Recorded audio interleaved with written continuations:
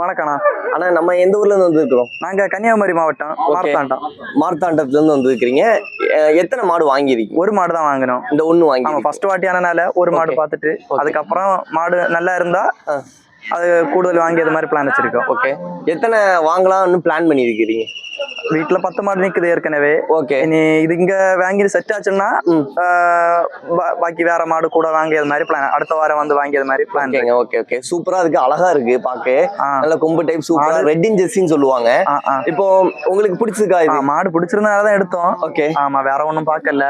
மாடு நல்லா இருக்குன்னு சொன்னாங்க அந்த கௌதம் அண்ணன், அதனாலதான் எடுத்திருக்கோம். ஓகேங்க. என்ன கறவை சொல்லியிருக்கு? என்ன கறவை? கறவை 20 சொல்லியிருக்காங்க. ஓகேங்க. ஒரு 17-18 கிடைச்சாலே போதும், திருப்தி. ஓகே, இப்போ உங்க ஊர்ல கறவை எவ்வளவு கிடைக்கும்? எங்க ஊர்ல உள்ள மாடல ஒரு 4 லிட்டர் 5 லிட்டர் கிடைக்குது.